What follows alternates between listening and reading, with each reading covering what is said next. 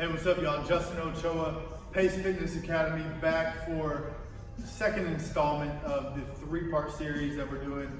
RDL mistakes that could be leading to low back pain, discomfort, potentially injury. First one we covered was bar path and letting the bar drift away from us, and kind of detailing why we don't want to do that and how you can fix it up. Now this one is a little bit opposite. Instead of the bar drifting away from us, the bar actually stays close, but it's a squat movement rather than a hinge.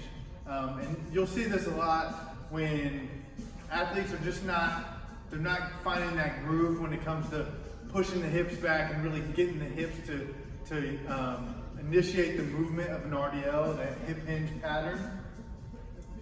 Athletes kind of cheat the system, especially if they're quad dominant. They'll keep the bar close, but they'll have to do it by way of a squat. So it'll look something like this. So now I have, instead of hips back, that hinging motion, my hips and knees are kind of both working equally, which make it more of a squat than a hinge motion. So there's a couple ways you can go around this, and first I want to talk about why that's not really the best way to get an RDL.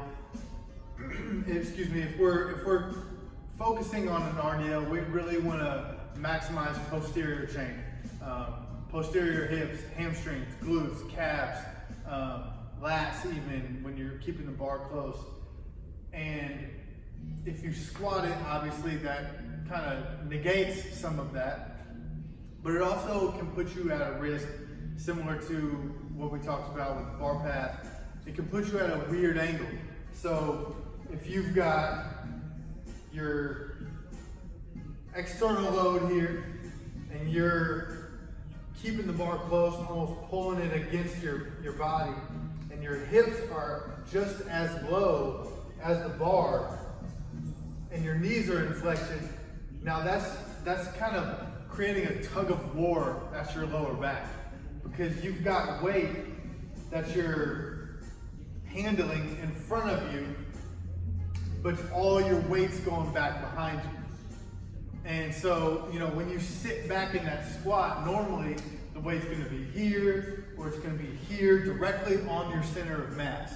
Whether it's a back squat or a front squat, most of the time, or a goblet squat, most of the time when you squat, that bar is it's close to your center of mass, meaning, it's easier to handle that external load if the bar is right in line with your body.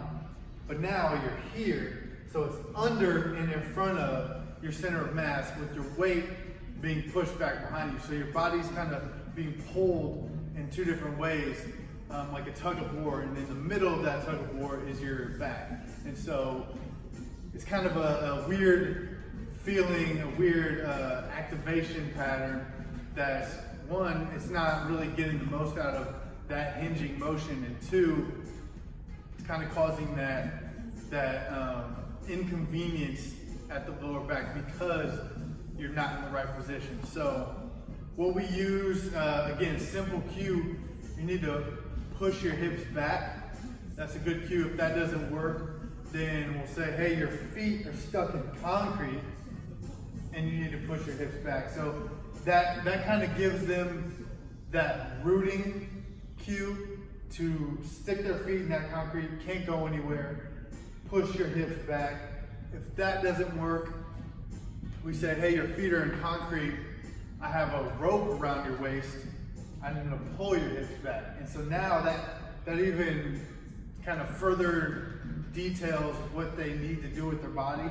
Now their feet are stuck in concrete, they can't push them back on their own, they're still either squatting it or bending over at the back. But now I have a rope around your waist and I'm gonna pull your hips back, and your feet can't move because they're stuck in concrete. So somebody's behind you and they pull you back like that. That's another good one. And then another really, really great cue that we use for athletes that struggle with this is pretend like you're tired in a game. Basketball player, football player, whatever. A lot of athletes, they go here, which is the universal sign for I'm tired. And then from this, they're kind of already in a hip hinge. You can get them in that and say, hey, act like you're tired, boom. Now, here, cue them to feel hamstrings, glutes, abs, lats. You can poke and prod at them to get them to activate those muscles. Then you get them in that position, and then you just have them recreate what they felt. And a lot of times that'll work as well. So again, different kind of, this is kind of a technique thing, but it still can cause you some lower back discomfort because of where the load is and where your body's going. So number one goal is get those hips back. That way you can feel the RDL in your posterior chain and make sure you're getting the most out of it. And those are some of the cues that we like to utilize. And most of the time they're pretty effective. If all else fails, you can regress them to some kind of, dumbbell RDL, single dumbbell RDL, or even some kneeling hip hinges, things like that, to get them to really feel what they need to feel during that motion. And a lot of times, boom, it clicks, and then they can apply it to whatever lifts. So give that a try. Hopefully it helps. Let me know what you think.